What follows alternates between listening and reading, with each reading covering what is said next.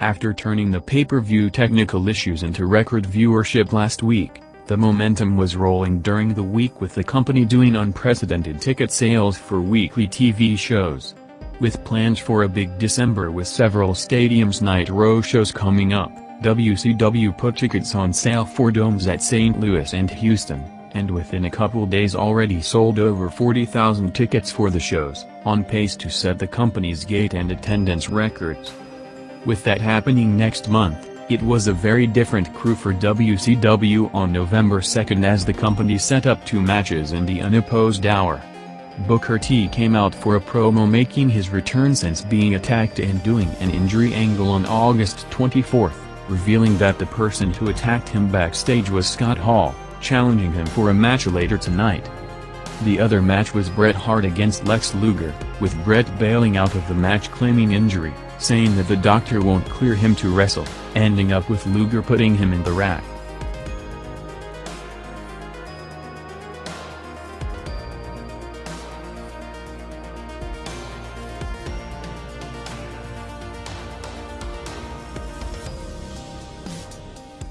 After big viewership increases for taped matches last week, the announcers opened the crossover segment saying that Bischoff has ordered them to show highlights of another Hogan vs. Flair match, this time from Halloween Havoc 94. Mid-match the Horsemen came out to cut the video, with Anderson and Flair cutting promos on Eric telling him to stay out of the man's business and hyping the eventual Horsemen vs. NWO clash.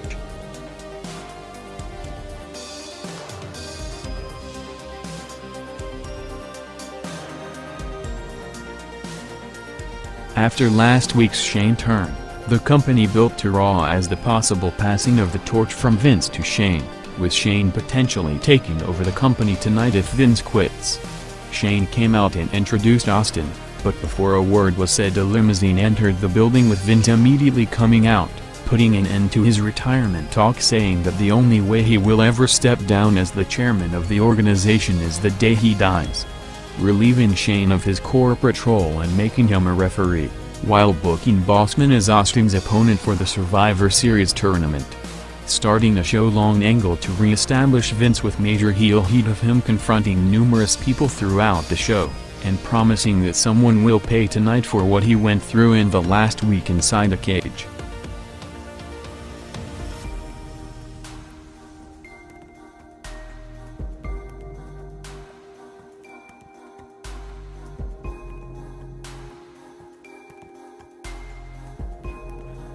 Next on WCW was Perry Saturn coming out challenging Eddie Guerrero for an impromptu match, with Eddie coming out starting a match with both exchanging big spots until the LWO came out to attack Saturn. This time the Wolfpack's Conan, who had history from Mexico with the majority of the group, came out for the save confronting Eddie, with Eddie telling him to go back to his Wolfpack crew and Conan saying that he doesn't care about the family and only wants to use them. At the same time Raw had a 6-man tag with DX against the Brood going 4 minutes, ending when Kane in the second show-long angle coming out to lay them out, with Vince starting with JR and Kane as the first 2 people on his list. In one of the big talking points on the night, Scott Steiner and Buff Bagwell came out for the follow-up on the Dillon attack last week, and Steiner's match against Kenny Chaos. The issue started as, according to Steiner, just when he got to the ring, music started and JJ Dillon started to cut his promo, in the process cutting Steiner before his usual pre-match promo. With Bischoff not at the show, Steiner, feeling that he's being double-crossed, rushed to Dillon before he got to say anything, cursing and shoving him before going to the back, as the segment abruptly cut to a commercial break.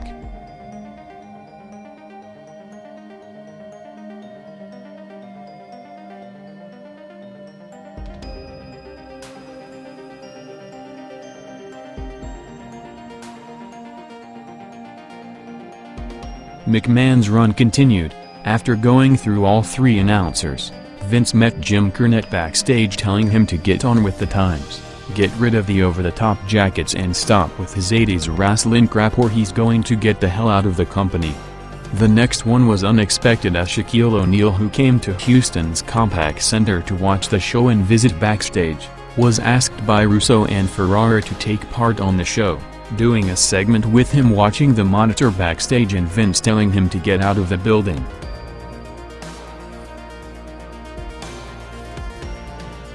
In addition to big televised stadium events in December, the company was advertising a big main event to headline an house show tour during the month, with the first ever Goldberg vs. Ric Flair matches. Rumors on Steve Austin's tension with Vince and management continued during the week, with reports of Austin asking for changes in this week's Raw storylines after receiving the script from Vince Russo. After having disputes with the company over how they handle all the mainstream media offers he gets, more fuel was added to the fire as scheduled for a New York magazine cover. McMahon told the editors to put Rock alongside him as he's going to be the company's next top star, while also not wanting him and Austin to be seen together and break the TV storyline. In addition to that, the company didn't notify Austin on an offer for a role in an upcoming Van Damme movie, with them claiming that the offer was too low, ending up with Goldberg getting the role, leading to more issues between Austin and McMahon, with reportedly a long conversation happening midweek. This show was also the debut of the Hardcore title, with Vince handing Mankind the belt.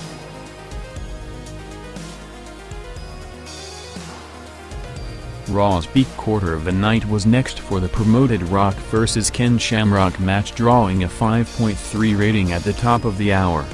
After building the heat in the last hour, Vince came out just before the match started for the payoff, telling Rock that since he has a problem with the people, he has a problem with the People's Champion, telling Rock that he has to beat Shamrock and win the IC title or he's out of the Deadly Games tournament.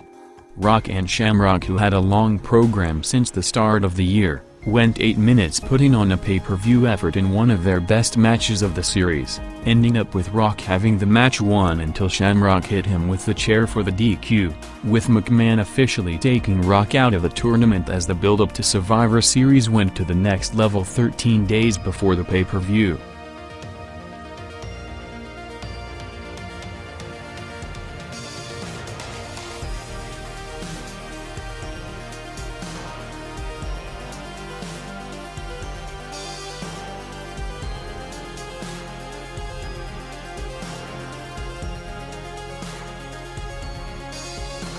Next on WCW was Chris Jericho vs. Billy Kidman, going 10 minutes for a time limit draw, with Jericho retaining the TV title.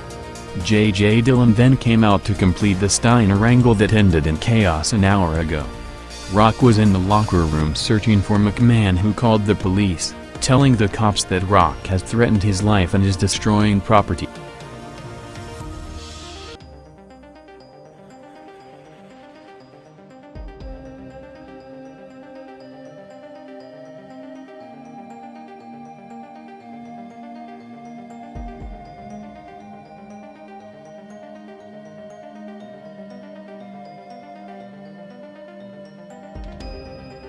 JJ Dillon announced that due to last week's attack, Scott Steiner is fined $100,000 while Bagwell is fined $50,000, with Steiner immediately coming out destroying the announcer's table as everyone from Dillon to the announcers got out, with Steiner again blurring the lines of work and shoot.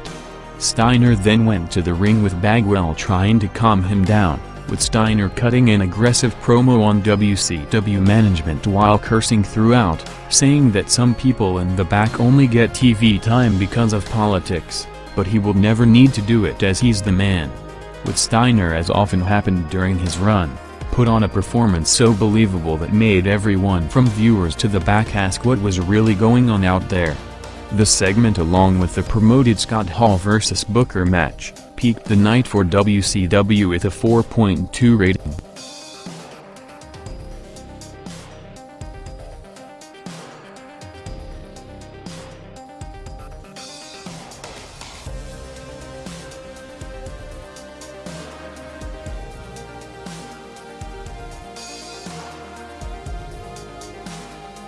Rock was arrested and taken out of the building, with McMahon waiting in the parking lot as the car drove off. WCW, for the first time in years, was without a long list of big-name main event players on the show, as Hogan, Goldberg, Savage, Sting, Nash, Warrior, Page, and Bischoff were all either not in the building or not advertised to appear on television, with some of them written off due to storyline angles, legit injuries, or in transition between the payoff of programs after the Havoc pay-per-view to the build-up to Starrcade.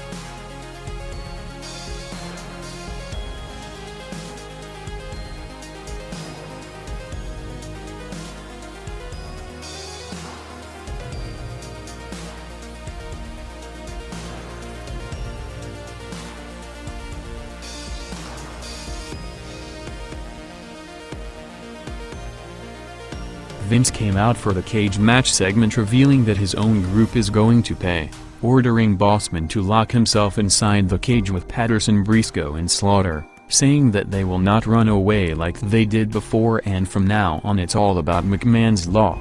Luger and Giant went 8 minutes in the main event spot, ending up with Bret Hart interfering again, attacking Luger, with Goldberg in his only appearance on the night running and sparing Giant, while also accidentally taking out Luger when aiming for Bret as the show went off the air. The beatdown in the cage continued with Raw jumping 1.5 million viewers and the overrun for a peak 6 rating. After a few minutes, Austin ran out to take out Bossman before Patterson and Briscoe turned on him to give Bossman the advantage, bringing out Shane to the cage with Vince telling Bossman to bail out. Undertaker with Bearer then started a brawl before Kane came out after building to it for over an hour, setting the cage on fire with Austin, Kane and Taker all brawling inside the burning cage to close the show, with Raw overall against an unusual crew on WCW, taking back the lead with a 4.8 rating.